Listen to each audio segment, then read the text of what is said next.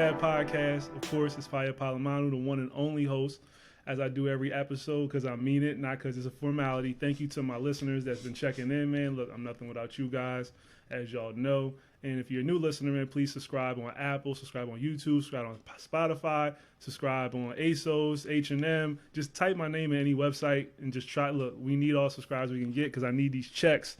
I got bills. So, as you know, I always have a guest because y'all don't want to hear me talk for 2 hours.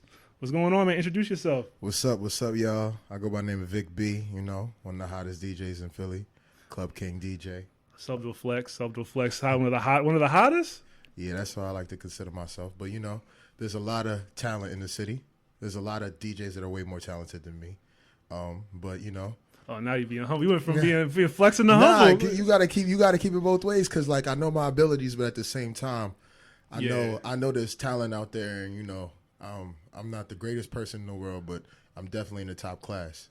And we working on being. I know what the you mean. greatest, It's always we always working for. Yeah, like I know I'm not the best. I know Gilly and Wallow out there, but I'm coming. But I respect everybody that's doing work. Obviously, you know, I want to work with anybody creative, so I understand what you mean as far as the humble side. It's got to clash with I got an ego too. Yeah, yo, and this is the thing. I feel like the perfect person has a balance of arrogance and humbleness, man. That's how I feel. I feel like you gotta move a little arrogant because you know that's a quick way for people to take you serious, but at the same time, you know, you also got to move like, you know, you got to treat the boss and the janitor the same. 100%.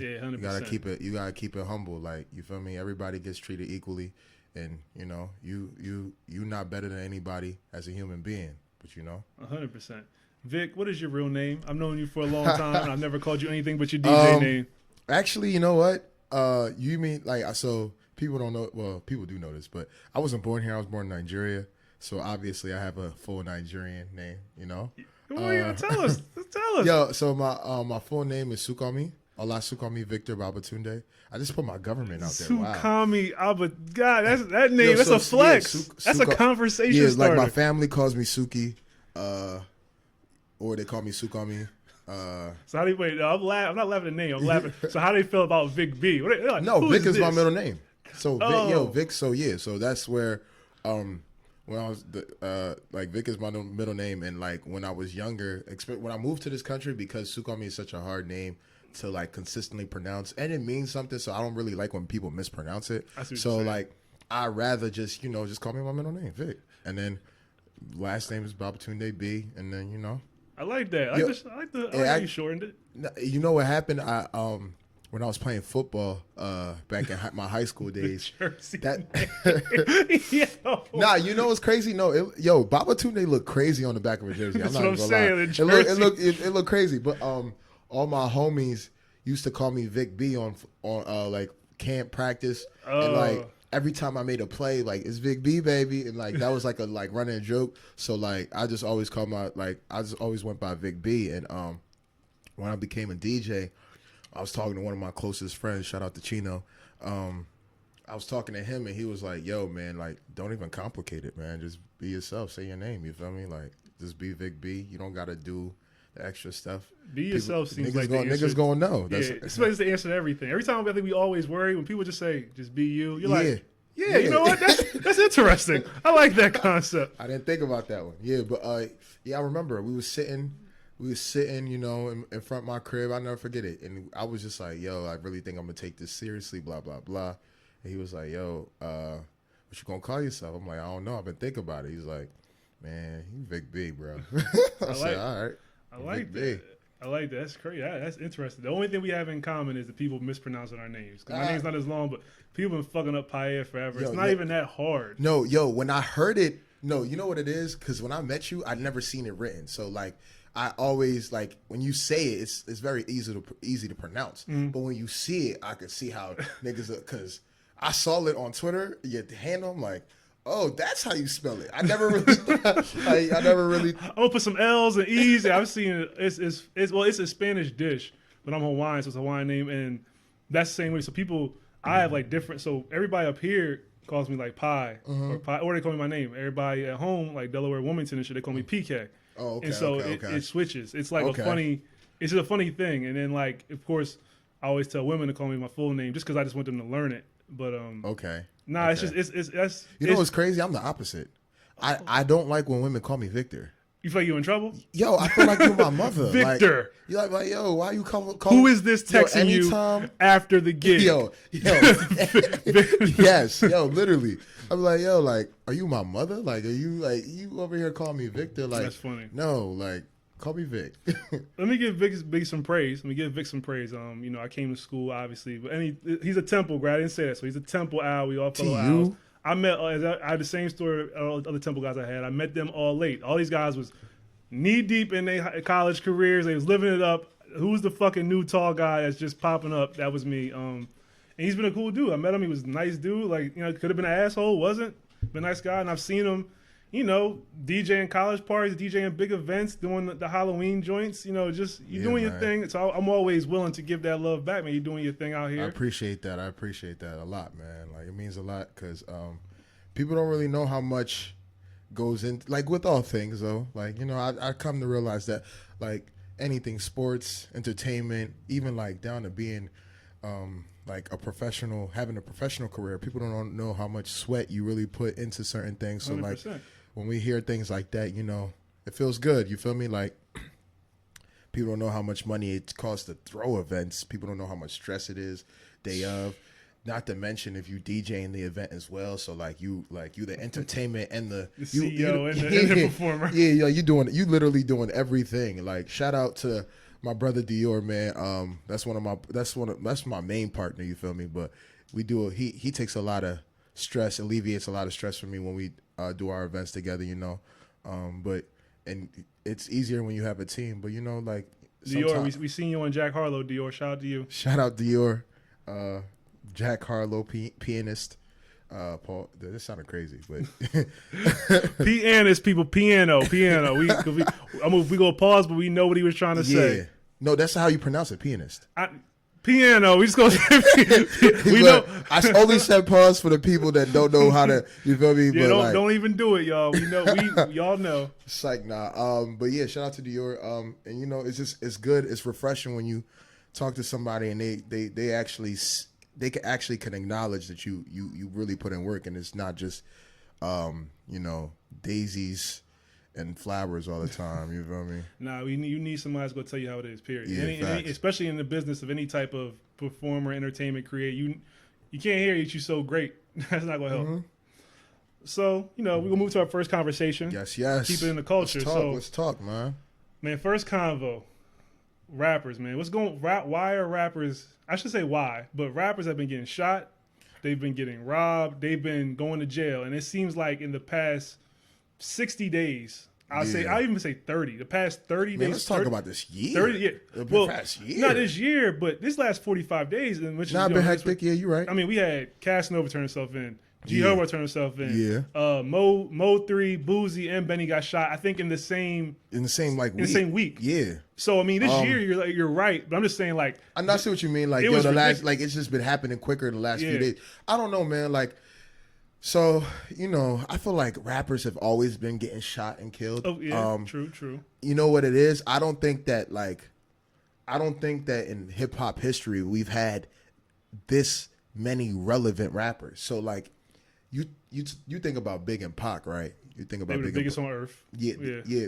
And they were, and mind you, like it wasn't like there was a lot of Bigs and Pacs. It was like there was a class of people. Yeah. 94. I think who was popping in 94? I think Jay, Nas. Well, 94 was Nas. No, I'm in 96. I'm in 96. Hov dropped his first album, but Hov was still relatively just a new guy. Yeah. It was really Biggie, Nas, and the biggest artists were Biggie and Pac. Yeah. Then you had like Wu-Tang was huge. They were huge. You got like she was a rapper, but she wasn't like in the streets. Lauryn Hill. Yeah, Fugees were big. Yeah, Fugees were huge. Yeah. Tribe Called Quest. I'm just trying to think of who was. Busta was like low key. Busta's been around. But I say all that to say, like, I feel like in 2020, it's due to the technology, everything. You feel me? Streaming, exactly. Yeah, there's not as many relevant rappers because even the guy Mo 3, right? Mm-hmm. I heard of him before, but I didn't know that he was that big of a deal. Yeah, no, I'm because they're in a different world. Yo, I'm on your same. He's big where he's at. He's big in his. And this is the thing. Like that's huge. Like like being big in your hood nowadays, it like could that's sometimes all you need. You can make a living. Yeah, you can literally a living just make rapping. yeah, bro, like literally. So it's like now I feel like we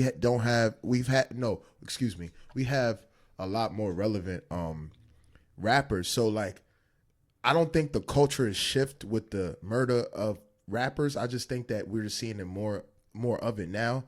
And like I just think that personally, I don't know. We both know 2020 has been a bad year, bro. It's the worst year. Let me not say that. It's been a rough year, but a blessing in disguise. Yeah, no, definitely. I'm a vocal person. It's been a blessing. Yeah, let me, because I'm big on energies. We gotta stop putting that energy out there. It's been a bad year. It's been a learning year. You feel me? And with that being said, I don't know. Like, it's just people. You know, the economy is not doing the best. People out of work. People out of work. People hungry. Like everything. All the crime rates are going up in these cities. And mind you, like they say, like if you the top of your city, like you everybody's gunning for you. So I mean, we live in Philly. That's what happens with me. I'm just making up. I'm just correlating that that's true. And no, seriously. And you got to think about it too, bro. Like youngins nowadays, like they with it. Like they with whatever. These young niggas don't give a fuck. Yo, let's just put like whatever, they don't give a fuck. Yeah, like, and this is the thing though. A lot of them do be scary. It's not like a lot of them are thorough all the way, but like they're just because they're scared. They're just so with it. Like it's crazy. I personally know young niggas that always strapped up. Like they don't literally. They don't play. Like trust me. Extendo clips, all that. I've always said this. If you always, I have a thing. People be like.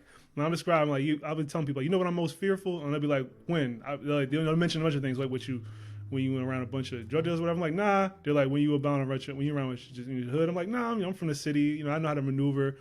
I'm like, when? I'm like, when I'm walking past a big group of 15, 16-year-olds, and they'd be like, why? I'm like, because they don't give a fuck. No, they don't. I've seen 15 and 16. I've physically seen them just ride on people just because, not because of nothing else, just because let's just ride on this nigga because he a dickhead. Like, so I always be like, I'm fearful not because like, oh, they're gonna kill me. I'm fearful because with their kids. So obviously it's more than you. You gotta worry about that part. Then it's like you can't hurt them because if you kill a kid. Now it's your fault. Yeah, it could be 10 of them. Bad guy. You were gonna do it in the news. They're gonna show that nigga's church pic when he was in elementary school. They're gonna make you the bad nigga. Facts. So I'll be like, these young niggas but not to sound old and raggedy, you know.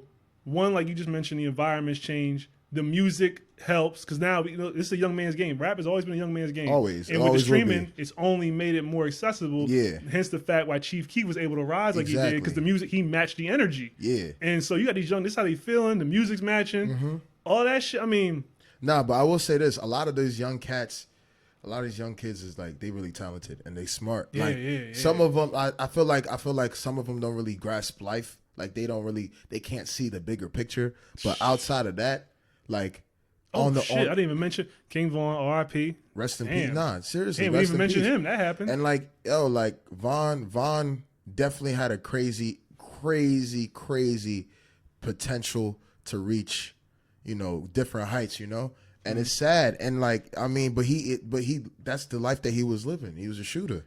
And like, and he was trying to do both. I always tell you can't play both sides. You can't play both. You have to treat it like a business. Yeah, and that's another thing, bro. Like, that's why I said a lot of these young cats don't see the bigger picture. Because even if, like, how I look at Von's situation, like, even if that really was how he was feeling that night, man, you have. I personally, I've like not even like 2 months ago, I was in Atlanta, and Coronaville. I was in Atlanta. I was there for the weekend, and I had a gig out there. And when I was out there, I went to Mr. Ruggs spot, Cooper Cove. Shout out to Ruggs. Yeah. If you see him in her comments, it's a wrap. Shout out to Ruggs.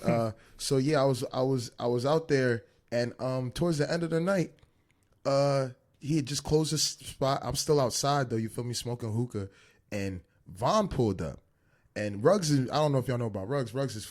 Like, he's in that circle. Like, he's in the circle. Yeah, everybody knows. Everybody knows who Ruggs is in Atlanta. You feel me? And he's not even from there. That's the fucked up part. He's from New York. Yeah.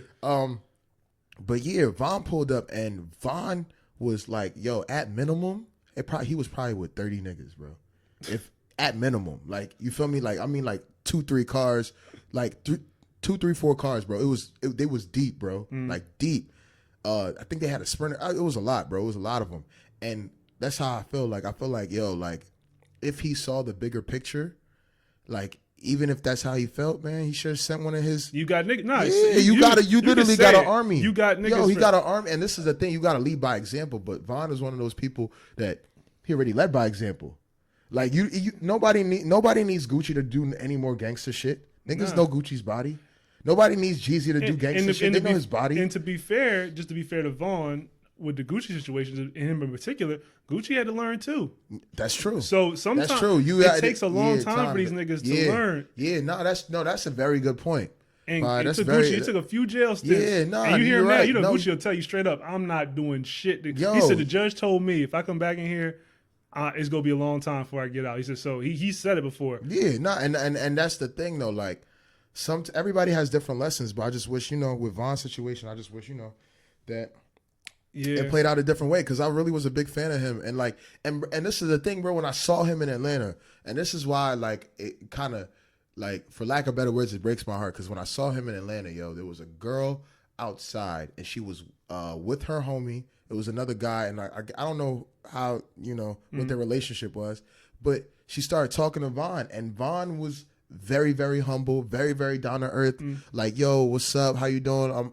She was like, yo, I'm the biggest fan. He's like, yo, I'm happy that you a fan. He seems like took a picture. Like, no, he was a very, like, warm hearted, like, you feel me? But like sometimes you gotta let that Chicago shit. Let that lead. Like, let that lead, because like you're in a different position now. You feel me? Von used to feed the block.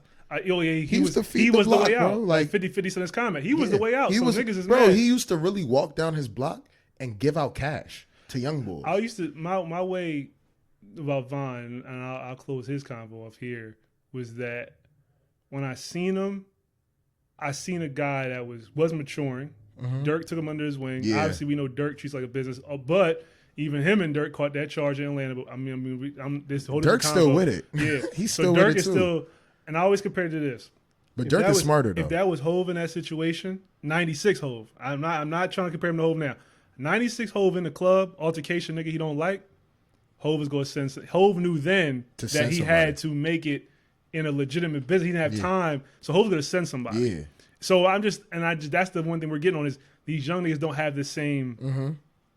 I guess our look of like trying. I think it's maturity. I think it's like life. I think it's also like the fact that I feel like our generation, the generation before us, the old heads, really was more focused on hating than teaching. Yeah. A lot of old heads be hating on the young, like they've been hating on us for a minute, and this comes with the game.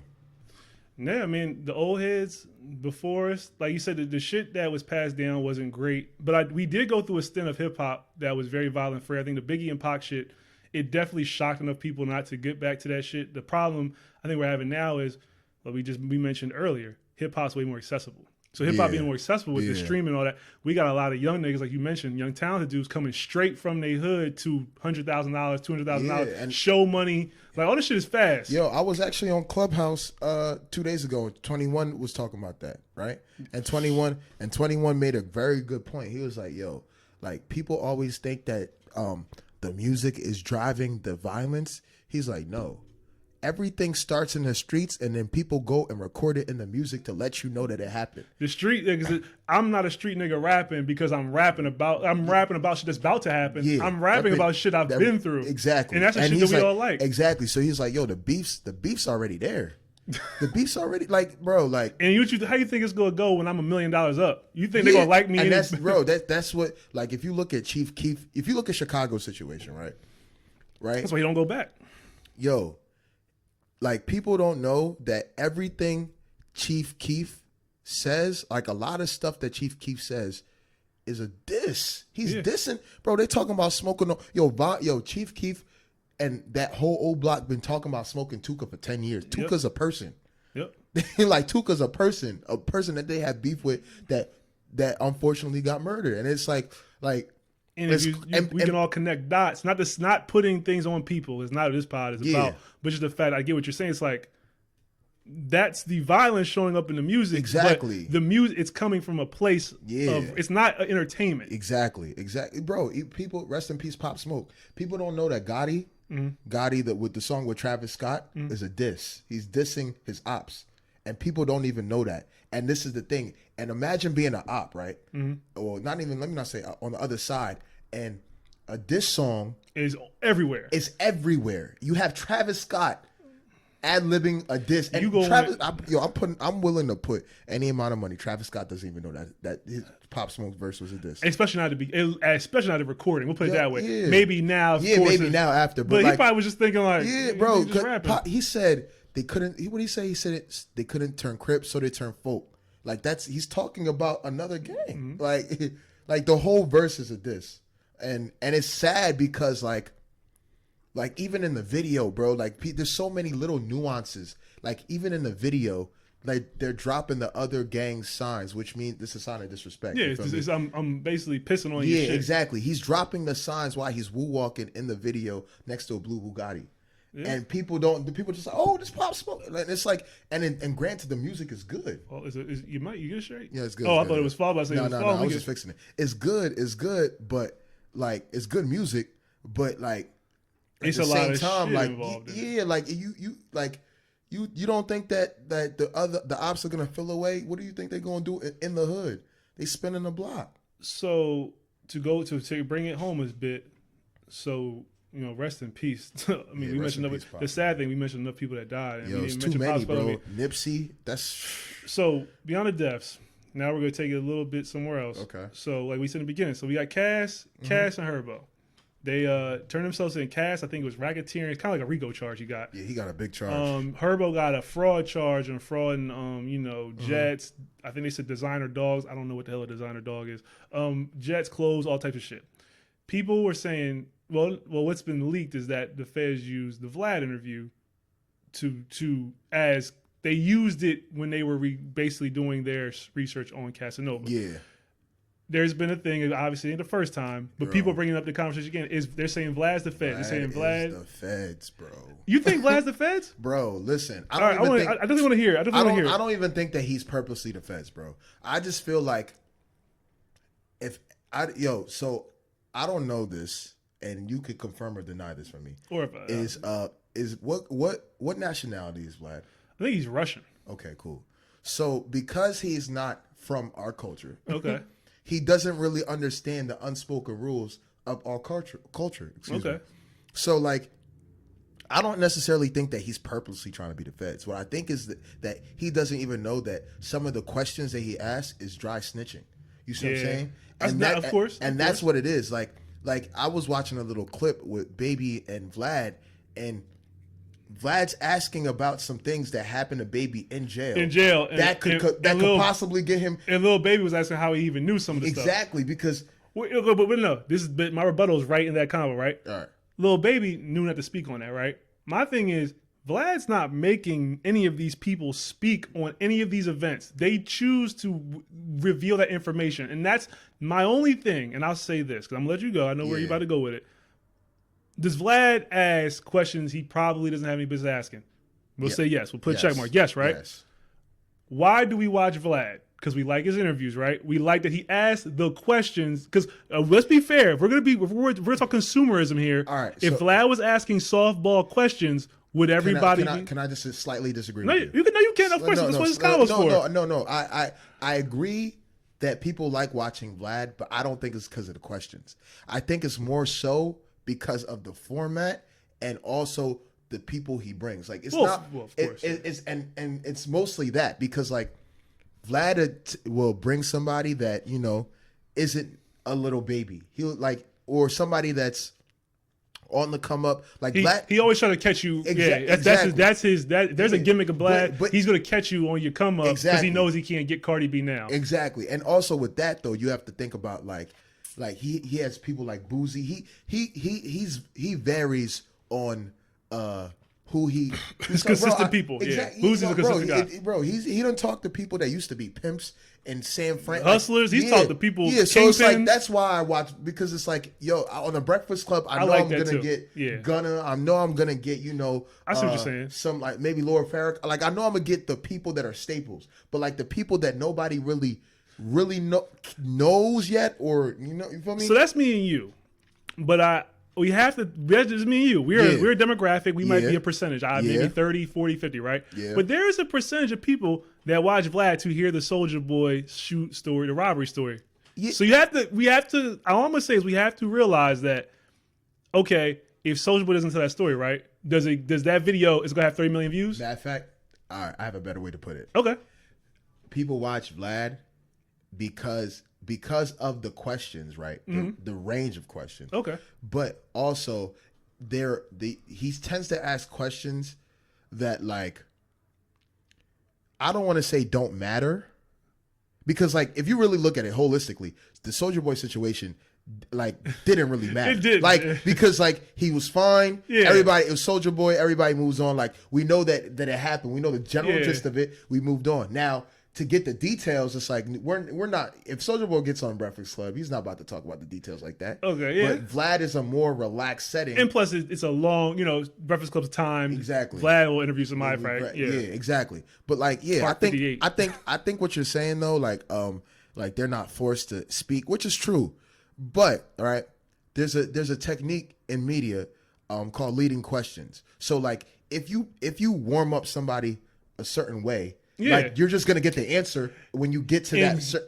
I'll side with you on this. Vlad is definitely a dude where I've asked Lil Baby one's an example.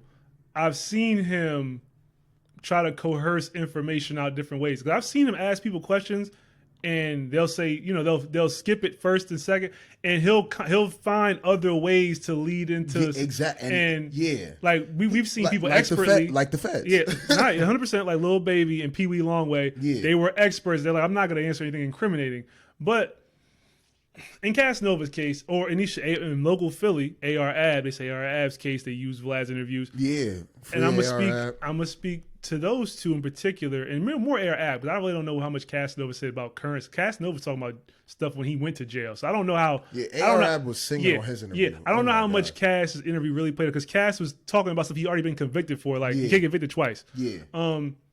Ab was saying a lot of stuff he had no business saying on that setting. Facts. And I think that, not that convicted him, but I'll put it this way: it's like when they say the feds listen to rap, right? Yeah. Well, if you're gonna rap about a bunch of stuff, right? Well, you know what? Let's just look into it and see what's factual. See what you're talking about. Let's see. I think Ab's interview did that. I think obviously, the case is deeper. They found him at a luxury apartment complex, all that good shit. Everybody know Ab big homie in Philly, but I definitely seen a couple interviews and he was talking about things that I don't think they should be talking about, and not because like it's that bad or niggas haven't heard shit like that before, but it'd be like, yo, like you making a lot of money in the streets, cuz like this is not the person that you should be talking. You shouldn't even be doing interviews for. Yeah, and if you are going to interview, it should be strictly on music, entertainment and music. If anybody expects, you should be like, Drake and Meek, because Ab was on that for a minute. I mean, he was on that for. I'm not mad about a local artist being thrown in a song and being happy about getting the press. But like you said, I think that's a conversation for another day, because I don't like the back end of that. Well, no. Talk about the more behind. Yeah, like when he was like, he started doing it, like he was on Drake's top. He was dick riding Drake at one point, bro. Because what's the saying? An enemy of my enemy is my friend. Yeah, right? He was on that type time, and like just for Birdman to fake sign him and not sign him, and just thought he was about to dick his way through. He did say they talked that out, him and Meek, though. He said they talked to his people. Of course, you have to understand, like Meek is a big dog in the city. Ab's a big dog in the city. Like Meek has a lot of money behind him. Ab got a lot of street money and street cred behind him. So like it could have got very ugly if they really wanted to. Yeah, if they really wanted to take it there. Like I don't even consider Meek as a hood guy, but I do know of a few people that he's around that do get busy. So it's like, You feel me? If it could have got really bad, and that's the thing, bro. You don't want if them two started going at it, bro. It's already a lot of beefs and wars in Philly. Like you're literally just giving the young bulls a green pass to go crazy. Yeah. Like, you feel me? I mean, look, I'm gonna try to transition as the best I can. We're gonna first rest in peace. So the rappers die. I mean, it's sadly, man, I say that sadly, everybody you lost this year, because man, Corona and all that. Yeah, man. It's sadly, Corona definitely. All the people that aren't entertainers. Yeah, everybody's lost somebody. Foremost, rest in peace. And the rappers is just sad because he mentioned Pop Smoke, and I don't want to say I ever forgot, but I didn't think to put him in. Like, it's just that's how many we've had. So rest in peace to all the rappers. Yeah, rappers, stop talking about crimes, past and present. I think that should just be something that, as a street nigga. Or you guys that claim to be street niggas, don't do it. You was taught early, just leave it alone. And now we're going to transfer to Vic B the person, Vic B the DJ. What's up? What crimes you got going on? I'm going to give you a Vlad. So it used to be a crib? The only crimes I have, man, is going to church, man. That's the only, which ain't a crime. You feel me? All right, man. We keep it straight over here. So now we'll get back to this. Is a little more fun, a little more lighthearted. So first we'll start in the beginning. In a reminiscent of Vlad interview. So DJing, man, how did it start? How did it go? You say he was a football player. I guess NFL wasn't in the future. What happened? Let's go. So pretty much, man, like I will say I've always had a love for music, did my research. I love for every type of music, and so I always was into hip hop, Afro beats. Those were my two main, like, you feel me, things growing up. I was always just listening and paying attention. So basically, excuse me, guys. So basically, during football, I was like the hype man. So like, I was the person like that was doing the chants in the beginning. I was the, you was dancing. You was doing the dancing. No, I wasn't. No dancing. Like, we just used to have like, we wasn't doing the dancing, but we used to have like you know how like before you go to war you have somebody speak and do a chant. Yeah. Some it was a camaraderie thing, and I used to do that. Start off the little like claps and shit like that, and then I always was making the CDs, the pregame CDs. Oh, okay. You feel me? That was my responsibility. So, and I always was hip on the music. I was always the guy in high school, like, yo, put your aux on. Like, if I'm with my homies, they making me play all the music. Mm-hmm. We had anywhere, I'm playing all the music. You feel me? So, shout out DJ Vlad, that's my cousin. So we've always been on the same wave, my cousin and I. And he was the same for his area, his group of friends, and we just was like, yo, like, I think it was like my senior year in high school. My senior summer. I'm like, yo, I want to do something with music, but I don't know I don't want to rap. Mm-hmm. I don't want to rap. I don't want to really make music, but I love music so much. Like, what can I do? A&R exec. And then I was talking to him about it, and he was like, yo, I've been thinking the same thing. Yo, bro, I've been researching being a DJ, like, blah, blah, blah. I've been watching Jazzy Jeff videos and all this other stuff. I'm like, yo, let's do it. Mm-hmm. So we just started really, like, looking into it. And then for Christmas, his parents got him a V7, which is a deck, and then a little controller joint. And he just started practicing, and I would go, my cousin lives like 20, 25 minutes away from me. I would go to his crib, and bro, we just be playing with it. You feel me? When he got a new Mac, we was hype, you feel me? And long story short, right, I remember telling my friends, a couple people, like some of my closest friends didn't even they didn't believe in me. They didn't shit on me. It was more so like, you know how like they were being an honest friend, like, yo, I don't really think that shit. That's exactly what I was going to say. People love to say, my friends, they hate on me and believe me. I think more often, because even in this podcast, your friends they see you one way because they're your friend. It's all they know of you. Exactly. So sometimes it's not that they're shitting on you, just like, I can't see you doing that. And this is the thing though, the person that's one of like the person that told me this, right? He's one of the closest people to me. Shout out Chino. He literally, like, he's a person that loves me, and he just doesn't want me to embarrass myself. Uh-huh. So he was just on some type time like, yo, like, I don't know if that's your lane, but like, if you are going to do it, you better go hard, because if you flop, you're going to look stupid. So I was like, yo, I got you. And then I remember like, I came into Temple like knowing that I wanted to be a DJ. I just didn't have my own equipment. I knew the basics. Then, Temple was an interesting story. So like, this is before you came, bro. Yeah, I wasn't. So listen, like, I'm about to tell you, bro. So when I first came into Temple, bro, You know when we like, you know how like you go into a building, somebody got to check your ID. Yeah. I was working for one of them. You feel me? Okay. I was working there, and I was working 40 hours and going to school. I was working so much that people thought that I was like when I went to parties, people thought that I just was Allied Barton. People didn't even realize that I didn't know you was working at Allied Barton. Yeah, a lot of people don't, bro. So like I was because I moved out. Yeah, That's fucking lit. I moved out my house when I was 19, and I had to take care of myself. So I had to, like, you feel me? I wasn't paying for school, but I had to pay for, that was the deal I got with my parents. Like, the only way they were paying for school is I had to pay for everything else. Like, I had to take care of my own rent, my own everything. You feel me? Hey, man, school's my expensive. own living. So, yeah, and school's that's expensive. That's a good deal, kid. Yeah, and like I said, I wanted to move out. You feel me? So, like, they were like, so anyway, back to that. So after I was working for Allied Barton for so long, I was able to save up a lot of money. And DJ, people don't know this. DJ equipment is very expensive. I know it's, but I've seen NF7s. They be like a couple of 1,300. Yeah, bro. So I can only imagine in techniques. 15. Yeah, you bro, you yeah, gotta get like, a certain kind. Look, so exactly. Go ahead. Like including your laptop. I say probably like you need 5 bands to get a setup. Like, you feel me? It's real. Around like a proper setup. Yeah. Like because you could do it for way cheaper. Everybody that wants to become a DJ, there's a lot of cheaper ways you could do it. You can finesse. You can finesse until you make it. Yeah, of course. you could. But like I'm talking about like when you're there, like that's what you see. You feel me? And shout out to DJ SK. Rest in peace to my brother DJ Chaos. Oh man, rest in peace. God damn. So listen, yeah, I know that's crazy, right? Fuck. Yeah, dude, there's another person we lost this year that I wasn't expecting. But listen, so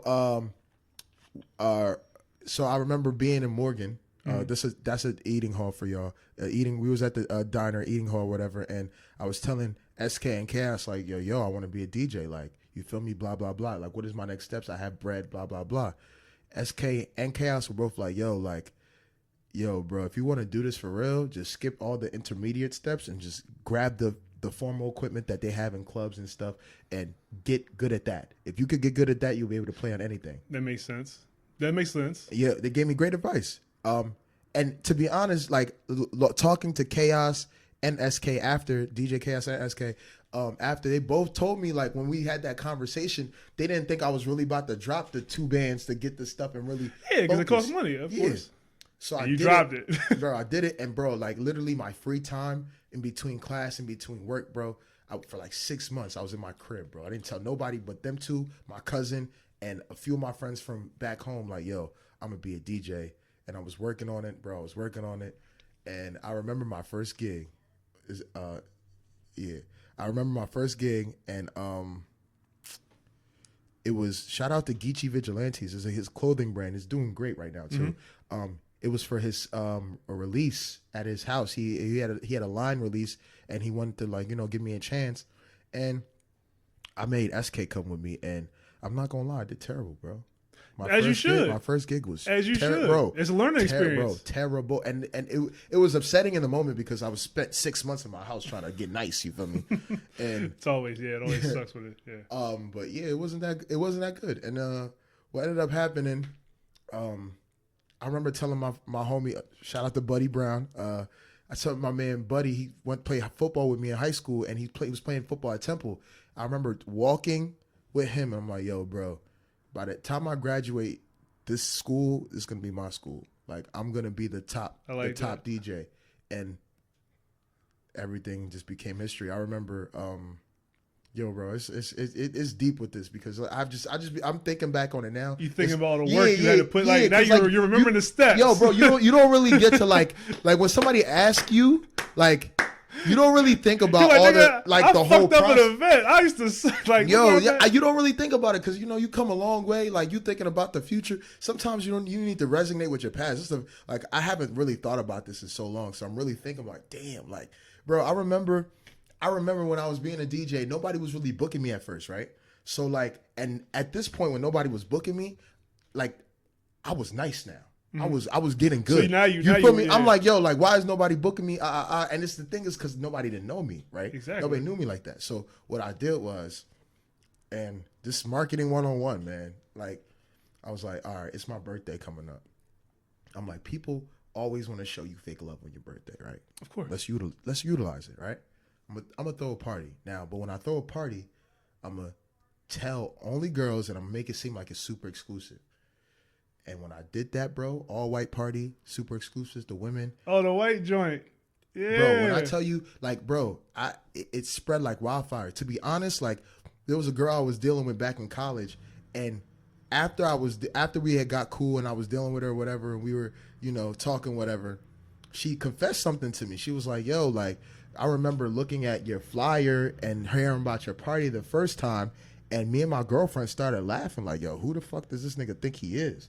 You feel me? And then she said a week before the party, her whole view changed, and she was so pressed to go. She was like, yo, like, it was crazy because, like, we were clowning you, and then a week before your party, we were pressed to get a ticket, like pressed, like on some, and mind you, and I remember when she was telling me, I remember she had hit her friend, like the friends were like pressing me like, yo, we need tickets.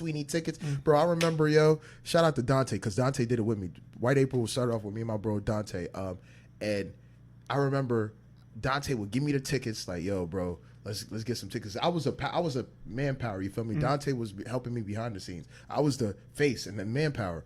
And Dante used to be like, yo, let's get some tickets today, bro. I used to leave my crib with tickets, bro, and come back with knots just from selling tickets for White April, bro, and became exclusive. And this is the thing, bro, like, once that party happened, my cousin Flygerian that I started DJing with, he DJed with me. Or he DJed most of it because it was my birthday. I was, you feel me? I was chilling.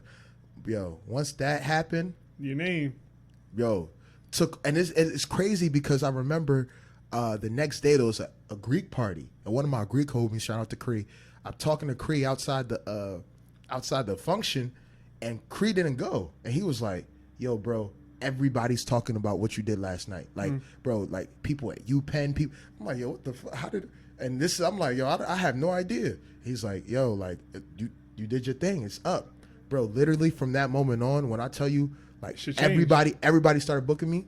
Everybody started booking me, right? Then like, we developed a brand at Temple, you feel me? And then after a certain point, shout out to Jalil and T-Dot, my big homie T-Dot and my man Jalil, they got me into my first club, I think late that end of that year. It was Recess. And it was me and HBK on the ticket. Shout out to HBK and Club King DJ. Yeah, we were on the ticket, and when people started seeing me, like, all right, doing stuff outside of Temple, yo, he's serious. Oh, he's serious. You feel me? And it just blew up, bro. There's so many events, so many stories, so many people I've seen, like, since I made that decision from high school. Yo, I could go on for days, bro, like days. We've done a lot.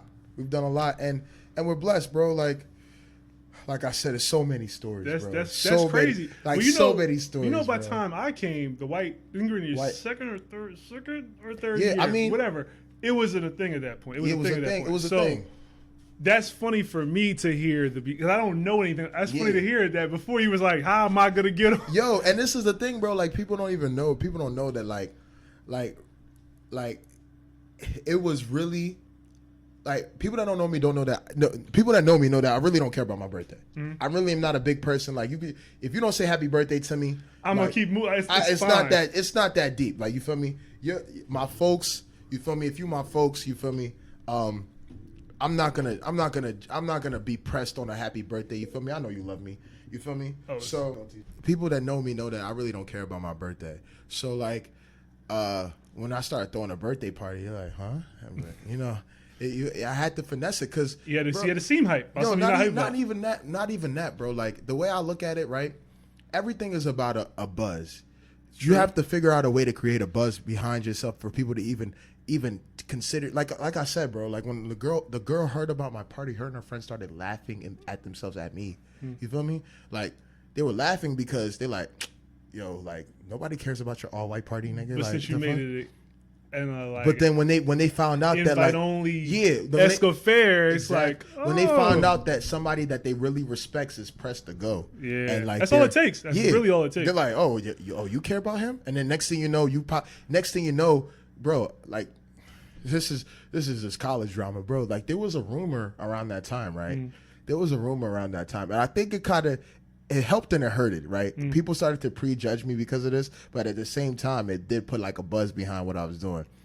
It was a rumor that, like, I only was I was handpicking the girls, and I only wanted a certain like type of girl there. Blah blah blah. I'm like, that's college. That's definitely college. That's college rumors because like the type of girls like. They were saying like that I'm only trying to get the prettiest girls to go, and it's like, granted, that's everybody's like ideal goal. Hey guys, but like, I'll speak for Vic on this. Vic doesn't have to say anything. Let me say something here. Money is green. You guys ever been outside of Club Live? Yes. Anybody that has? You been to Miami, Atlanta? Yes. What do they do with the people in line? Just they take who they feel are the prettiest people that people like, right? Does that now? I'm not agreeing. I personally like all people. Me too. That's not a PC statement. Me too. But I just want to get something to you guys. You do have sex sells, and people are always going to pick what the majority likes, whether that's right or wrong. You have to, especially in a business. Now, us going about changing that, all that, different conversation. Different convo. But I'm just going to say what he don't have to say. Because I'll say it. Come on, y'all. I've been in Miami. But outside of that, though, it wasn't, that was complete. Like, that wasn't even your goal. It literally was false. It really was just like, yo, I just want people that I want to be there to be there. So, like, I was telling people that I want to be, and I knew they would run their mouths, and then it grew. Vic, I got a funny story that you don't even know. What's up?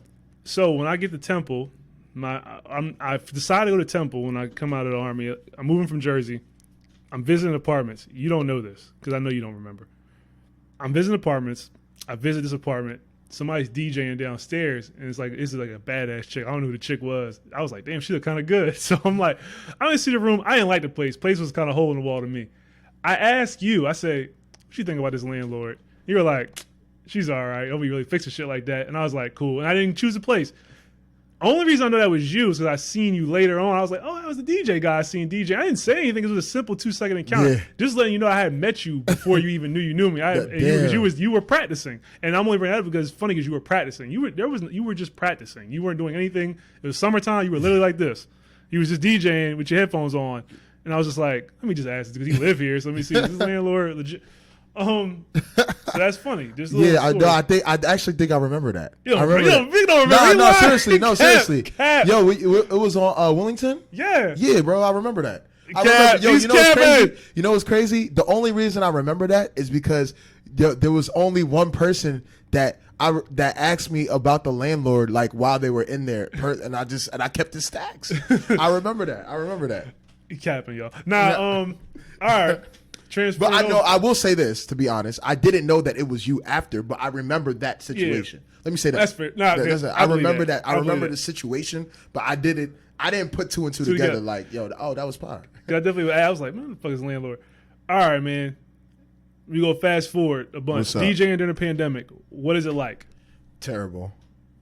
This is probably probably been the biggest hit to entertainment ever. Yeah, seriously, bro. Like, you have companies like Live Nation that downsized like down to 40%. They went, like, you feel me? Like, they're like, but budgets and everything. So it's like it's been tough. I will say that like I miss the big crowds, and I can't wait till we get over this so we can get back to it. But I miss the big crowds. There's nothing, and you know what hurts? You want to know what hurts about this? I'll be honest with you. We talking. Y'all my folks, you know. I'll be honest, yo. What hurts is that right before the pandemic, I say like 3 weeks before, 4 weeks before, I had just DJ'd for Rowdy Rich at the biggest venue in Philly, Noto. I remember that. Yeah, and it was up. Like, oh my god, it was big. It was huge, bro. It was. I think that every night IG honey in the city was there. No, even because, you know, after college, yo, like after college, people don't realize. People think that DJing is just a college thing when you're in college, but like people didn't realize how much groundwork I was putting in the city. So like in the city, I was a young boy. At Temple, I was the OG. I'll say big this, dog. You feel me?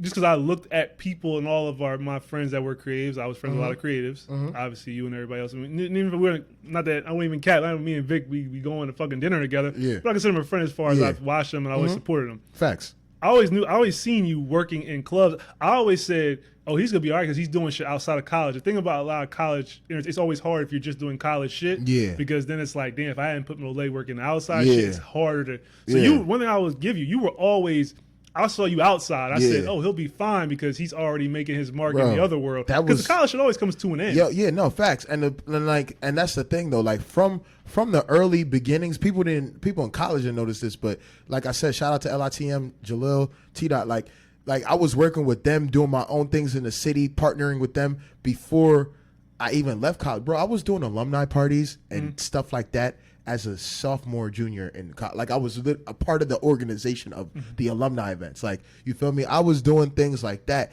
And like the alumni events, specifically the alumni events are the reason now that I'm a DJ for a traveling company, Discover Giddy. We just went to Colombia. I'm going to Colombia again in March. You see what I'm saying? I'm DJing out there because one of the alumni, he founded that and now he's like, yo, he wasn't just a DJ from college. Like, no, this is a DJ in Philly. Like, this is a DJ that everybody like that knows of him. Is that like, a group travel trip? Is that a group chat I like to go? Is that a group? No, yeah, facts. I want to go to Colombia. I need. No, facts. I'll give you the info. Discover Giddy is big on basically they travel to Nigeria. You feel me? That's their main joint every December. Oh, that sounds. Oh yeah.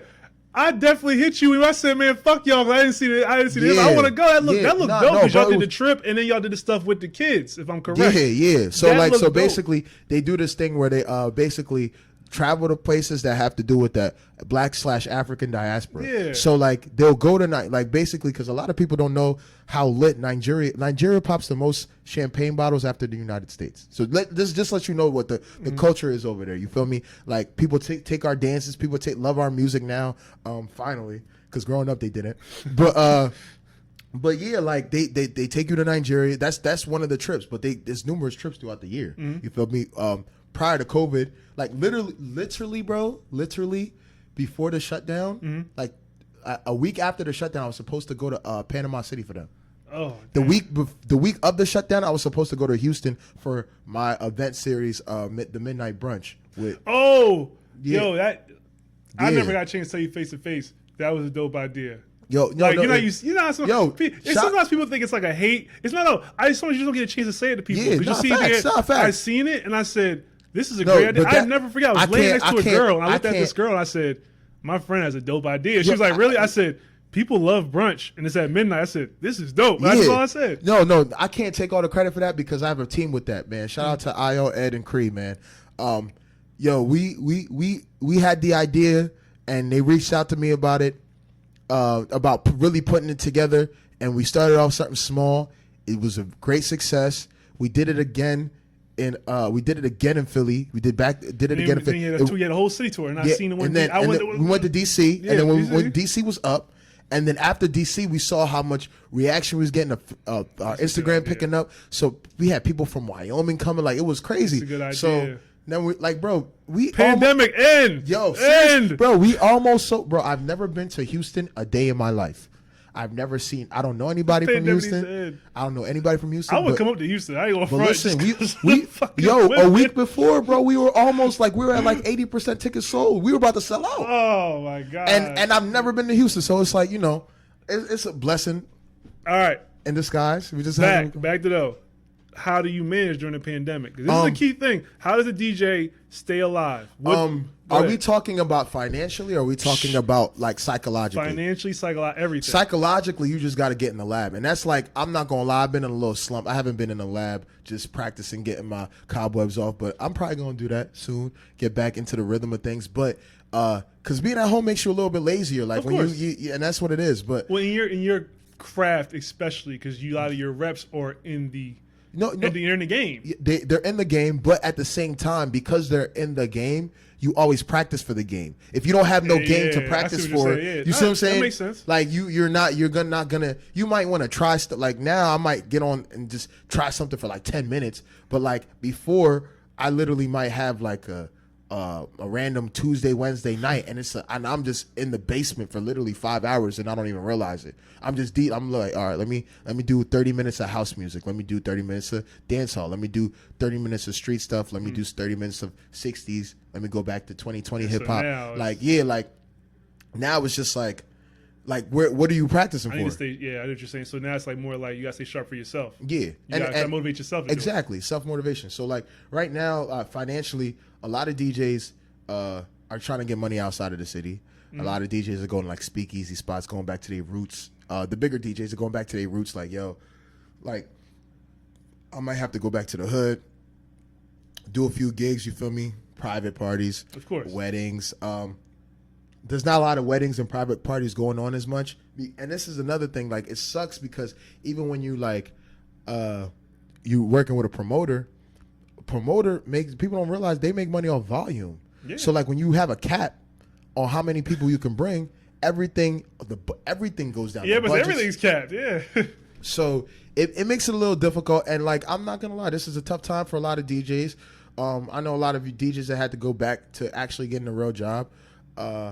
It's and even that is hard in this economy. Finding a real job, you feel me? Getting like that you think is suitable for yourself, because a lot of people aren't really hiring like they used to. So it's one of those things that you just gotta get it how you live, get where you can fit in. You feel me? Like I said, a lot of DJs, like even me, bro. I'm really reconsidering relocating to Atlanta, like, and maybe coming back up to Philly when I need to do business, because like that's where the money is right now, and Atlanta's not going nowhere. Supply and demand. Yeah, and you can't be mad at that. Yeah, and it sucks because like, you know, you don't really want, like, that's not what you want to do, but you gotta be able to call audibles, man, make adjustments to your game plan. You feel me? So that's what we on. Yeah, Corona's been a definitely interesting year, and it sucks because right before Corona, White April, which I would like to say is no longer a Temple event after like the third one. I definitely wouldn't consider the last one to happen a Temple event. White April is an event. It's an event now, and we were about to go on tour, bro. We had got funding. I'm a Cavassier DJ now, so like Cavassier was about to sponsor. Where's it at, Vic? I didn't. Vic, where's Cavassier? Yeah, he ain't with Cavassier. Yo, I'm Mad Dog 2020. I'm about to call the rep right now. I'm gonna get him to send you a bottle, bro. Yeah, please. I got you. I'm gonna get you to send him a bottle. Yeah, I swear to God, if you send me stuff, everybody's giving me stuff. I always will. I'm like, hey man, I'll put it up here. I got you. I'm gonna get you a Cavassier bottle. No. If you bring me and Dior back up here, I'll bring a Cavassier 100%. Bottle, and that's what we're gonna drink. But Cavassier was about to sponsor the tour, and I had artists booked DC, Philly. I still think I'm gonna take it on tour. I just need COVID to completely. Yeah, everything's gotta wait. Because because we like this White April, we're expecting 1,000 people. Like, you feel me? So, and COVID is not a situation where you want 1,000 people in the same room. So, and White April is not something that I want to downscale. I hear you. Because it is getting bigger. Yeah. So because of that, we gonna wait till it's all over. I might have to because I had to cancel this year. I'm probably like the way it's looking, depending on the vaccine rollout, we might have to cancel next year. But whenever I do get back, I will it's say going crazy. We'll say next year with April. So yeah, this is January. It's next year. I do think this. I call it because I do my years by school years. So I do think this school year, September to June. This is probably shot out, but I do think by next April, by 2022. Yeah, I think everything will be back. But this is just it sucks that it took such a big chunk of this year out. Yeah. DJ Vic B, what's up? What's the biggest song of the year? I think it's two. Who? I think it's two big songs of the year. I don't know. I can't. Two. All right, two. We Paid and WAP. Those are fair. I can't. Not I thought I'd argue, and I can't. No, but this is the thing. Little Baby's definitely just one of the biggest artists here, so I can't cap that. And then WAP was. It's Cardi B and Megan. It was a huge song. Those are the two literally like those are they're on the Mount Rushmore of women entertainers. Shit, I mean, Cardi and Megan might be there somewhere in the Mount Rushmore, just period, best rap or biggest rappers in the game, period. Yeah, biggest rapper. No, biggest rappers in the game for sure. But that song was huge. Still, and that's when Rona, man. That's one of the songs that I wish that I could have played with 1,500 people. That's how I feel about Cardi's album. I mean, Megan's album. And this isn't the album review episode, but just lightly, I'll say Meg's album, while I don't think it was a classic or anything of that nature, I think Meg was going to hurt Megan the most is that what it was a party album. And she's not going to get a chance outside of Atlanta to have people standing on the couches to her music. Because it was girls on the couch music. Bro, the song with her and Dirk, bro, that makes me think of the strip club. As soon as I heard it, I'm like, yo, I could see people throwing a lot of money to this song in the strip club. And that's why I think it hurt the Corona. I heard a lot of artists, not just Meg, but I was like, damn, this hurts her album. Yo, back to what we were saying actually earlier. Corona hurt. Yo, you think Cass and Herb would have had to start getting on the fraud stuff if there was no they stopped the show money. I've said this a lot of times. A lot of rappers are broke right now because a lot of rappers were living off show money. They were living within their means. They weren't living below. Yeah. They were usually living within. Like if I'm making $100K, I can spend $100K. Yeah, and that's why you wonder when people say, "Oh, how do they go break out so much money?" It's like, well, if you're living within those means, then you're honestly just a 9-to-5 person with a bigger check. Yeah, because if you are living $100,000 lifestyle, making $100,000 a month.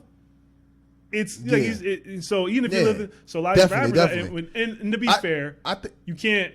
Nobody thought this was gonna happen. Nobody planned. And that's the thing. And that's one of the lessons that we learned, the rough lessons we learned. Because even me, like I took a hit. I took a crazy hit. You feel me? Mm-hmm. And I was about to make some of the biggest moves of my life right during Corona. Like that spring is usually my takeoff season. I plan a lot during the winter. When weather's nice, of course. No, but like I execute. So me and Dior, this is just a tip for anybody who throws events. Me and Dior plan out our years from like this. I say the October before. You feel me? We outline our years like by quarter. You see what I'm saying? So like we and like I said, like usually the winter time is when we get in the hustle mode, and I'm just working. I'm doing gigs. I'm not really planning too much. We got LITmas though, because we planned that from last year. Mm-hmm. But like everything is already like in motion. So like at December wintertime, I'm just planning. You feel me? And for the spring into the summer into the winter, we just execute. And we were literally executing.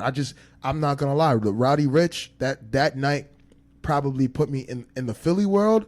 Probably just put me like, okay, this is a solid person. Because in the Philly world, there's a lot of lit DJs in Philly. You see what I'm saying? Yeah. But like, and I was doing my thing, but a lot of people respected me, but a lot of people didn't know that like I'm top tier. I'm a top tier DJ. Like I'm you feel me? And that night, a lot of people who didn't know that finally realized it. Then, yeah. And like the momentum and hype, bro. After that, everything I was doing, the midnight brunch that was a month away, and then White April was another month, like literally back to back. It was everything was back to back. You feel me? And the momentum was up, mind you. Me and Dior, this is Dior. Dior's birthday is Dior's birthday's tomorrow, December 13th. Happy birthday, Dior! By the time you hear this, it already happened. Happy birthday, bro. But yeah, Dior's birthday is December every year, so we throw LITmas Eve. You feel me? Big Christmas, big Christmas themed party, but like it's not really Christmas themed. It's turn up. You feel me? And bro, we did 1,500 people in Noto with no rapper. We didn't like usually Noto. For people who don't know, Noto always has an act, and that's when that's one of the bigger clubs in Philly. You feel me? There's always somebody. Bro, we filled up the club with no rap. Just me and her. Just me and Dior. Just because everybody knew what type time it was. You feel me? And the momentum from that. Then January, I'm doing a lot of events. In February, I'm doing Rowdy Rich, and then I was between us. I was booked for Tory Lanez that March, a few weeks after. You see what I'm saying? Oh, no, I'm lying. I was booked for Tory Lanez right after White April. So like, it was coming, bro. It was like we were up. We were like, we were up. I was meeting a lot of different people. And granted, like, because of Corona, you can't really go out and network physically like you. That's why Clubhouse works, because you can network. You feel me? But yeah, bro, it sucks. Corona, everybody had to do an adjustment in the game plan, and like times like this is when you figure out who you really are, and not only that, you really figure out who's gonna be at the finish line. Like, hell yeah, this is the time of the winners and the losers, because it's all good. And like right now, everybody should have like I'm losing mentality, like so you can win, and that's something that I'm working on right now. Like, yo, Vic, we back on it. Like, because the one thing you want to do is whenever this shit does, whenever the light goes from red to green, you want to be ready to go. What you don't want to be is when people still shuffling your shit, because motherfuckers that is ready. Bro, yeah, facts. And like a lot of people, granted it's been rough for a lot of people, but I know a lot of people that made a lot of money this year. Corona treated them beautifully. Yeah. You see what I'm saying? So it's all about perspective, man. And but like back to the songs though. Back to the songs because that's what we were talking about. I really wish. One of my biggest wishes this year, bro. I want to play We Paid in front of 1,000 people. I want to do it because I wish, yeah, like I wish I want the same hype to be like when it first came out. You remember when it first came out and the whistle? Everybody kept doing the little whistle, and yeah, I wish, man, I wish. But you know, there's always gonna be music. There's always gonna be another We Paid. There's gonna be another We Paid. That's something that we can guarantee. Yeah, there's always gonna be another We Paid. Hopefully, I just want to be in a day party, drunk, dancing with somebody I fell in love with. Day parties, oh my God! So, please, pandemic, please end soon. All right, last subject. Yes. All right, Vic. Let's talk about something personal, man. I don't know if it's it might be personal for you. I mean, not personal, but it's a dating topic. Let's talk about some ladies. It could be. Man. So, well, this is about us, but it involves ladies. So, okay, we're going to high income women. Women that make money. We are in an era of where women are starting their own businesses. We got the LLC crowd, with the Rock Nation brunch crowd, the LLC. I love Women's out here doing trucking, blah blah blah blah. Now the question is, because the high income women, a lot of times they feel like they can't date somebody that doesn't make as much money. Okay. As them. Okay. They feel like it's intimidating to the man. I'm asking you as a man, does a high income woman intimidate you? Nah, that excites me. Okay. I know a lot of women who make more money than me. I do too. I know a lot of women that make more money than me, and respectfully, like they all got love for me. All the people, friends, women I've dealt with that made more money than me, they all had love for me. Like I don't get intimidated by that. Like to be honest, like me personally, how I live life, I kind of want everybody around me to be doing better than me. Yeah. Like, cause like that way it's always motivation, bro. Like even my close friends, like out of my friends, bro, and I'm not saying nothing about my personal finances or nothing, but out of my friends, I do my thing, you feel me? But a lot more of my friends are making a lot of money, a lot of moves, you feel me, more money, and it's just motivating. Like literally I just came from yesterday, I was with my man, he bought a crib like by himself. He's a year younger than me. Bought his own crib, you feel me? And this is fourth property, and this crib is his crib now. You see what I'm saying? So like, when I saw him yesterday, like I was like very very like overcome with emotion. Like I wasn't crying or nothing, but like I was just like mad happy. Like yo, like I know what you went through. You feel me? I know what you went through. We were working. Yeah, like so like. Any girl that's making more money than me, she probably put the work in and she deserve it. You 100%. Feel me? So like, if anything, I gotta catch up. Why do you think that intimidates guys though? For the guys, do you think high income women? I think it intimidates men because we're supposed to be the provider, and if the woman is providing, then like or has the ability to provide more, you feel like you're insignificant. But like I feel like if as a man, this goes out to all my fellas out there, bro. If you feel like intimidated by a woman making more money than you, really gotta like have some therapy and check up on your insecurities. It's an insecure. It's an insecure immature mindset. Like it's a mental block. Yo, this is my thing, yo. Like if you as a man, right, see another man making more money than you, and you don't feel intimidated. Then why does it change when the gender changes? You brought up a good point too. And if you see a man and you are intimidated, like why? You're hating. You know, yeah, exactly. You're a hater. And also, like, why are you? Your worth, and I don't even sound crazy, but your self-worth shouldn't depend on it. Now, get twisted. I'm not saying you should go out and earn, do the best that you can, but your self-worth shouldn't depend. My self-worth shouldn't go up and down. Yo. Like if I meet Vic and Vic's up, I should be like. Now, what I should be like is, man, Vic's up. That's dope. I got to get my hustle up. It's funny you say that, right? So our mutual friend, Laurent, shout out to Laurent, right? So I had a conversation with him, like right before we graduated, right? And he was like, yo, it was a deep convo. He was like, yo, one thing that I respect about you is that when I met you, like you were the first person that wasn't intimidated by my confidence. Like he was like, yo, like, he was like, you were the first person that like, acknowledge my confidence, but like, yo, like I'm here too, bro. Like I'm right here. And it was like he was like, yo, that he's like, usually when I'm around people and I'm a certain way. They call me arrogant. They call me this. They call me that. He's like, yo, but you just like, yo, I'm here to. I feel the same way. I see it as hunger. That's why me and him got along. Yeah, great, like I was very vocal about what I wanted to do. Exactly, and that's the thing. Like, yo, and this is my thing, bro. Like, even like I said, I know a lot of women that make more money than me. Lawyers, you feel me? Like, 100%. You feel me? Driving crazier cars. But one thing that you can't like. That isn't going to waver is my confidence and my ability in what I want to get done. And the way you get it done. Because I think that's the one thing I'm going to get into, too, as you're saying. I think one thing about women. Now, I'm not even going to front. I don't think women are begging to date people that make less money than them. I don't think they're begging for that. Facts. They definitely want somebody who makes more money now, than them. But that's where that statement stops. Yeah. At the end of the day, I think as long as, like, I'll put it this way: if a woman knows you're taking care of your shit, you got your you know, whether it's apartment, crib, whatever, car, you got your shit straight. Meaning, like, you can take care of me. You got your shit together. You working hard. At that point, that shit goes out the window because they know, oh, this motherfucker, like, whatever he's doing he's going to get to where he wants to get, whether it's where I'm at, but he can take care of his shit. He's not looking for a mother. He ain't looking for somebody. And that's another thing. I think that's why I always be like, I don't know why niggas are intimidated. I'm in the broadcasting. That's what my degree in. I do another job now. I don't like speaking too deep on it, but I work for the government in the sense of, and I make decent money. I met a bunch of women that make more money than me. And I think how you were just saying you're kind of with Laurent.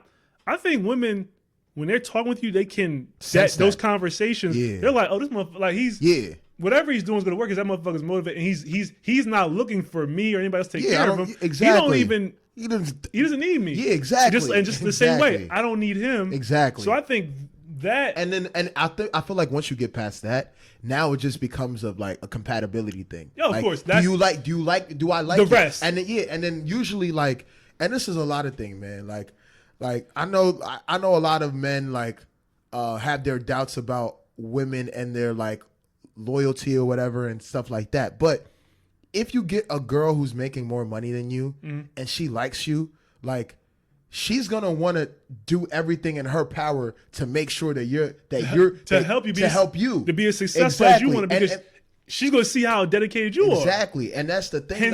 Hence, vice versa. Exactly, and little do a lot of men know that's a valuable asset. Yeah, you have somebody that's next to you that really cares about you.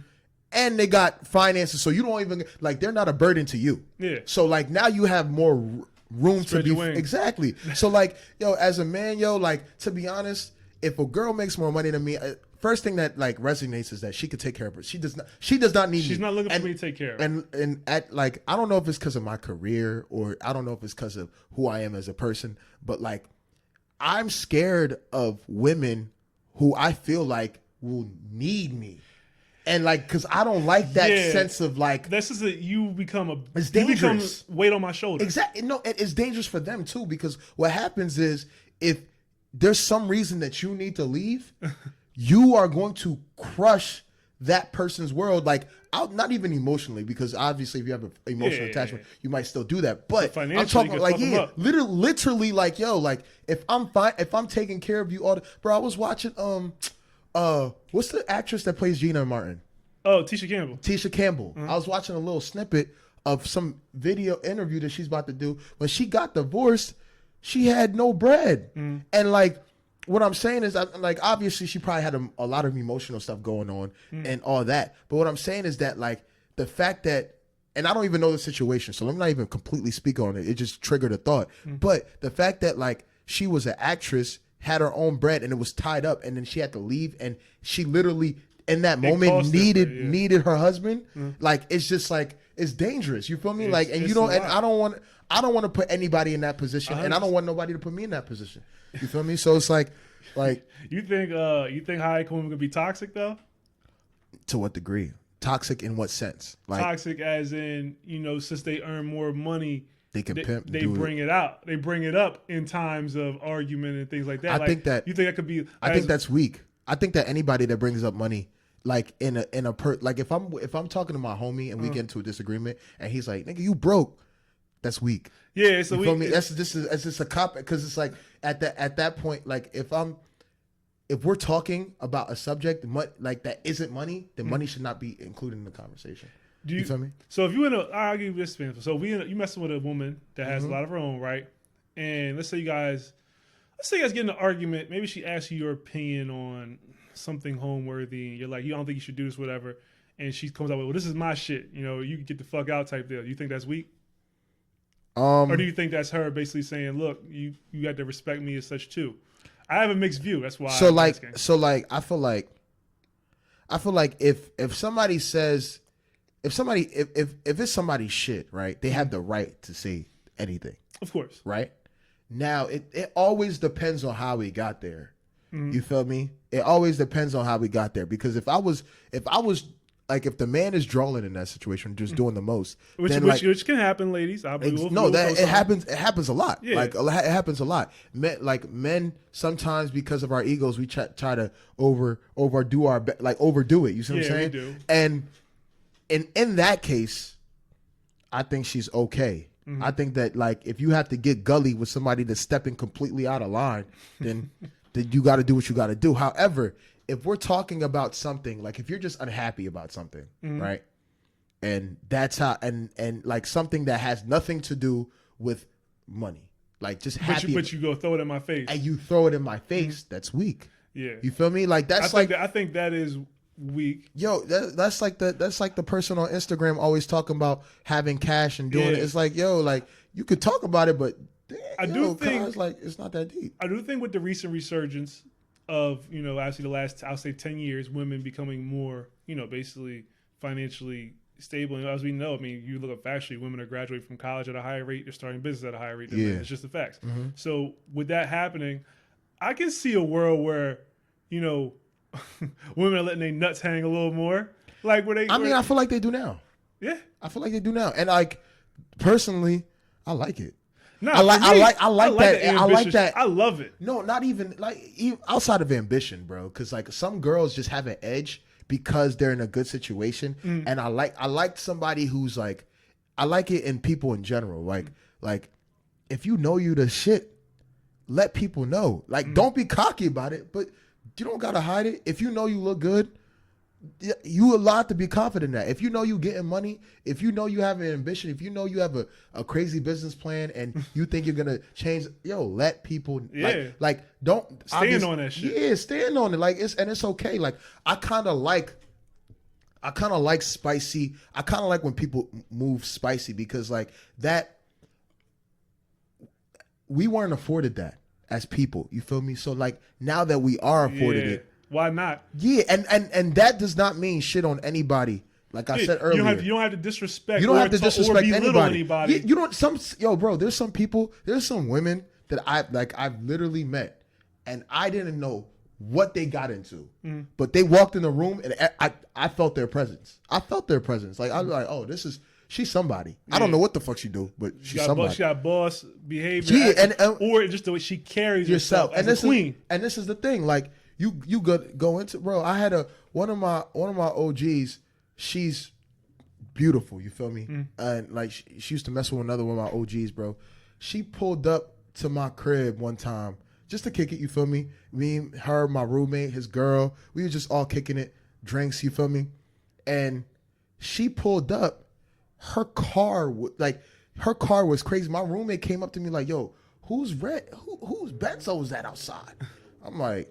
Oh, word? Who got a Benz? I go to the door. I'm like, oh, what's up, baby? Like, yo, you feel me? And like the way she carries herself, she's getting to it. She's getting to it. You feel me? I mean, like $250,000 a year, like salary. You feel me?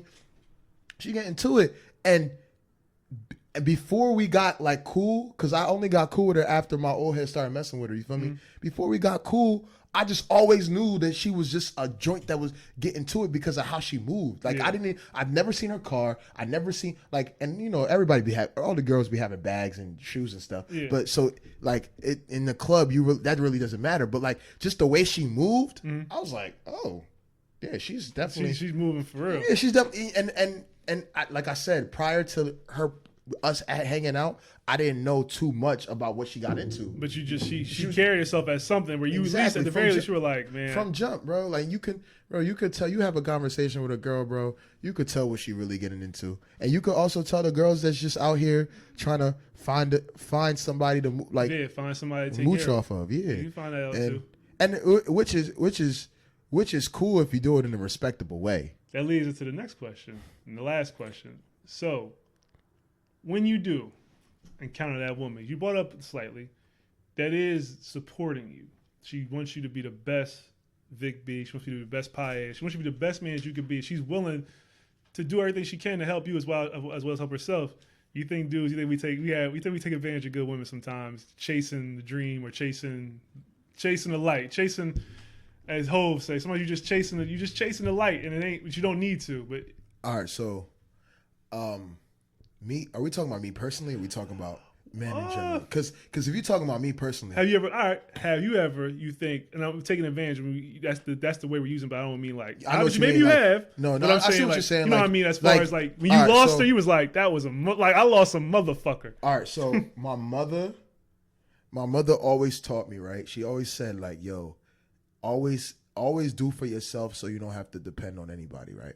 So like I don't even let even my past people, like my ex-girlfriend that I was very serious with, like there was a limit to how much you can help me. Nobody can help me past a certain limit. Because at that point, if you go past that limit, and when I say help, I mean financially, not networking, because like networking, I don't think that you should ever stop networking, but like, or never stop asking for help. Let me correct myself. But like financially, there's certain things that I would never even let my girl even. Hell no, I don't even want to, because like if you could take care of yourself, that's good enough for me. You feel me? I don't need you to take care of me. Like I don't need that.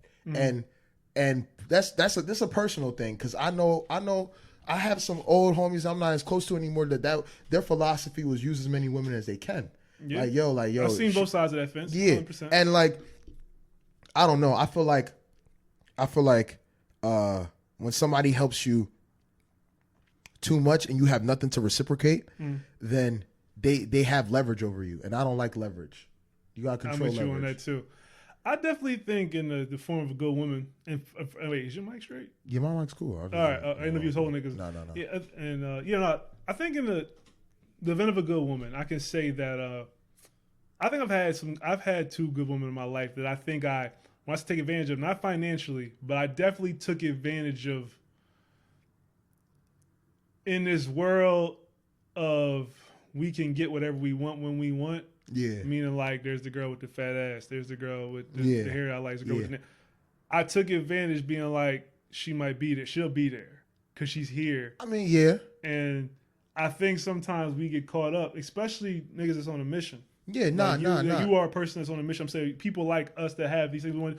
We feel like, as I'm doing this, and I don't speak for myself, I feel like as I'm doing this, sometimes I feel like, but I got so much to go. Yeah. And so I don't want to fucking sacrifice. And that's a good point. That's a good point. So me personally, there definitely has been somebody that I don't want, like, I didn't take advantage of them, but I did think that they would still be there. And like a few rude awakenings made me realize that.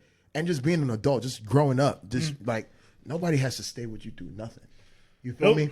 Like it's a free world, and like especially like if you're somebody like me that requires, or not even requires. Let me say has a certain standard. Anybody that fits into my standard is going to be well off without me. You see what I'm saying? So it's like as a man, I had to realize like, yo, like if I'm gonna be dealing with somebody on this caliber, I have to understand. I have to treat them like they're on this caliber, because if not, they don't need me. They can leave at any time. And to be honest, they should if I fuck up.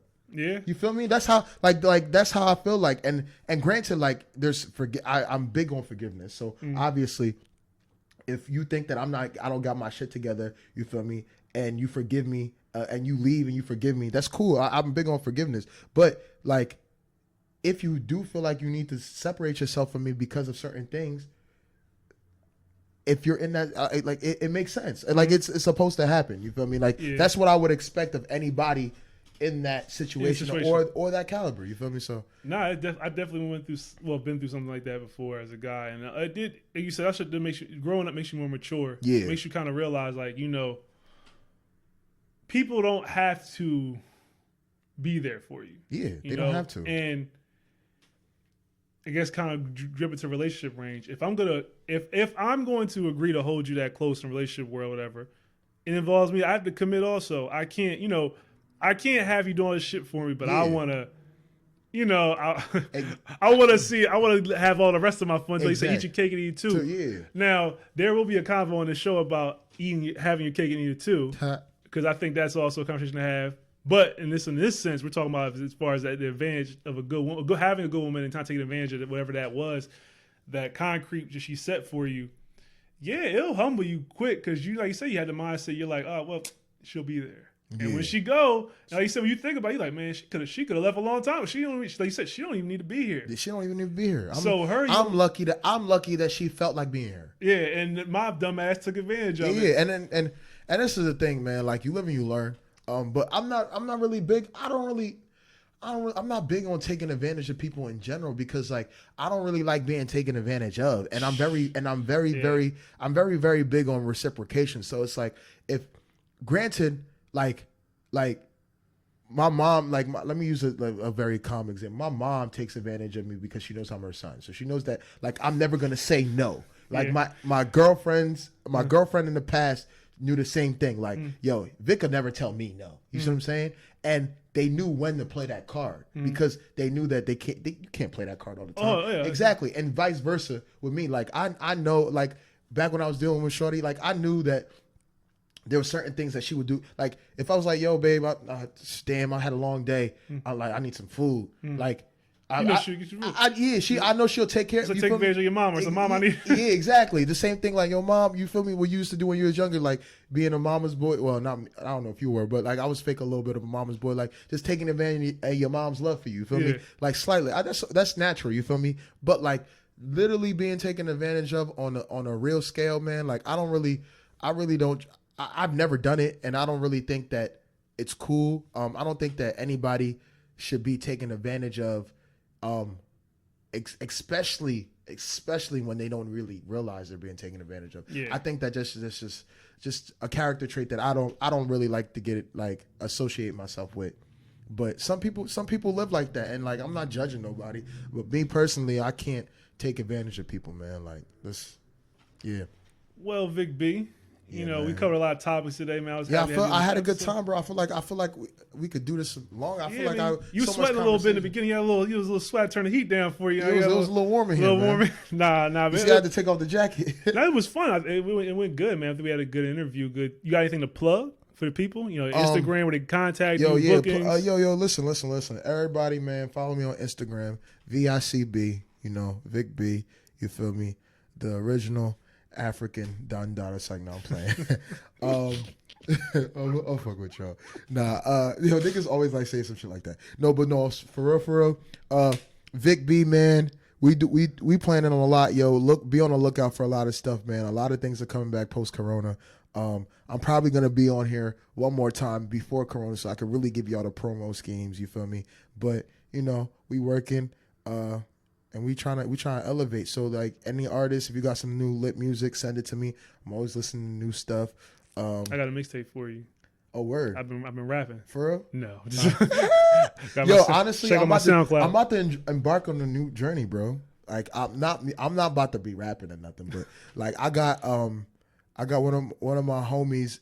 He's making music and he has a lot of good music and I fuck with it, and I just know so many people on the lower level in the industry on the artist tip, like personally. Yeah. I do know a few people on the higher ends, but like not on a personal level where I can pull up and be like, yo, bro, let me host your song. Like, you feel me? But a lot of people saying that like they feel like I would be good on some DJ Khaled Diddy shit, and I did it, and I'm working on that with my man Murph, man. Murph we about to put out some music.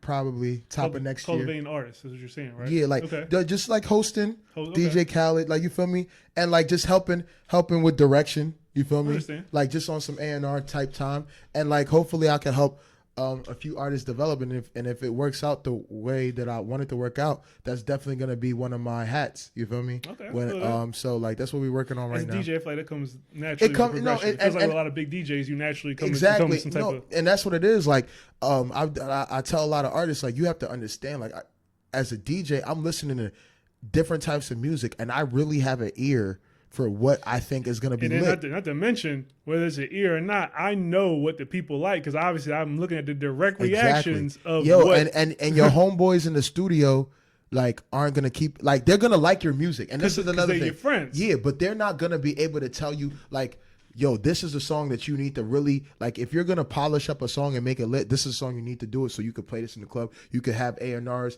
looking at it. You could send it out to all the DJs in a certain area. You could put some promo and money behind this specific, it's all a scheme. You don't put marketing behind all 10 of your songs. You got to pick the one. You got to pick one and you got to work it. And exactly. And a lot of artists, like, they'll have a lit song on their tape, but they'll pick the wrong one.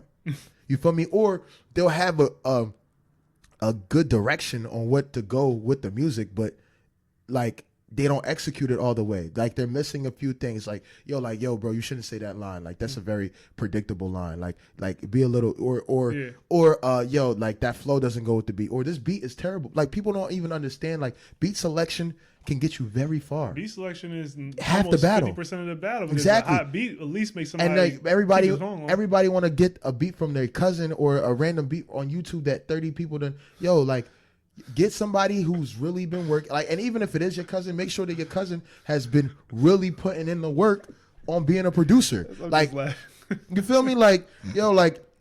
Niggas will get a YouTube beat and try to make a song out of it, bro. There's 300,000 people that have made a song to the same beat. You feel me? It's gonna be hard. It's been a little bit harder. Yeah, and it's like, and you renting the beat, like, yo, bro. And this is my thing. Get your practicing, but like after a certain point, it should be no practicing, all investing. Like invest. You really got it. It's a long-term investment, yo. Like people don't understand that. So it's better for you to have somebody that is really that really is in the industry to help advise. And not saying that I'm the Diddy of the world right now, like I'm going to be, but like that my expertise and my input, you believe in your ear, is definitely worth noting, bro. Like there's so many songs. Like I kind of wish, like personally, I wish that like I kept a record of every song that I called that was gonna be a hit, and it was a hit. I say that a lot, and I don't. Obviously, this goes back to the thing. I guess as music listeners, we're all A&Rs. Let's put it that way. As music listeners, because we all have a shit we like. Yeah. I've had a song, I'll be like, man, I should work in music. So, you know, you hear Vic. Vic's got his artist development coming. He's working with a few artists, so be looking up for that. I'm gonna start Whack Music Monday soon. I'm gonna start telling y'all if y'all shit whack. I'm not gonna have a nice filter like Vic. I'm gonna tell you that I don't like your shit. Let me get on a review podcast. let me and Dior gonna no, seriously, because like this is all this review podcast actually, because I already have a plan for review. I had 2 people. Oh, I can invite y'all to, and this could be a real panel. No. We can make it a thing, bro. We can really make it a thing. That's like, like a consistent thing. No funny, because like a lot of people like. Oh, that's camera. Don't worry about it. A lot of people don't.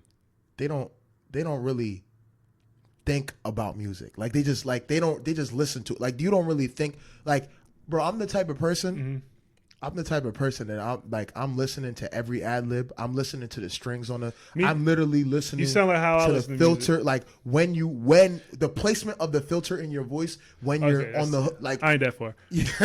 like bro, even down to like there's like little like nuances that people. I was just in the studio yesterday and like people don't even the little nuances. Like you ever realize like sometimes on a song before when the beats come on, you hear the artist like mumbling the hook a little bit. You feel me?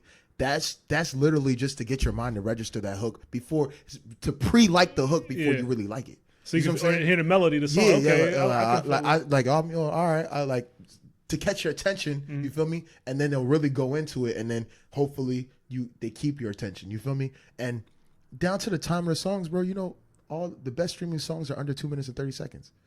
Yep. This certain little stats and nuances that you just gotta know when you really try and put out music, like when you're really trying to do it, and like And granted, like I'm not saying that I know everything, but I really listen to music. Like well, I really don't give him too much game. I'm a student of the game, bro. Don't give him too much game. Don't give the people too much. I'm still a student. So man. you already know we're gonna have Vic back, Dior back.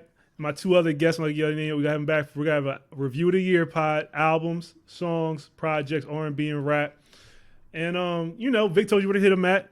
Instagram. Vic B. He got events coming up. Hopefully the Midnight Brunch come back. We definitely bringing that back, bro. And we're gonna do like everything. We're gonna do bigger. Like we're getting sponsors for everything. Like it's about to be good. Like just because it was just everything's just been put on pause, man. And we will be sipping Cavassier on our review pod. Yes. That's a bet. Yo, shout out to Eli. And y'all already know. Subscribe to the show. Subscribe on Apple, Spotify, all of that. Nate, what up? Follow me on the Gran. Y'all already know this is my show. Y'all already know all this stuff, man. YouTube, all that. Man, thanks for coming out again, Vic. No problem, bro. I appreciate it, And more life, more love to the people, more money. Let's get to it, man. Say your name one more time. Once again, I go by the name of Vic B. No. We do it. The government. Say it. Yo. They call me Souk on me, man. Allah Souk on me. Hey, man, that's a smooth motherfucking name, dog. Yo, man. They call me Young Suki, man. You heard? That's a wrap.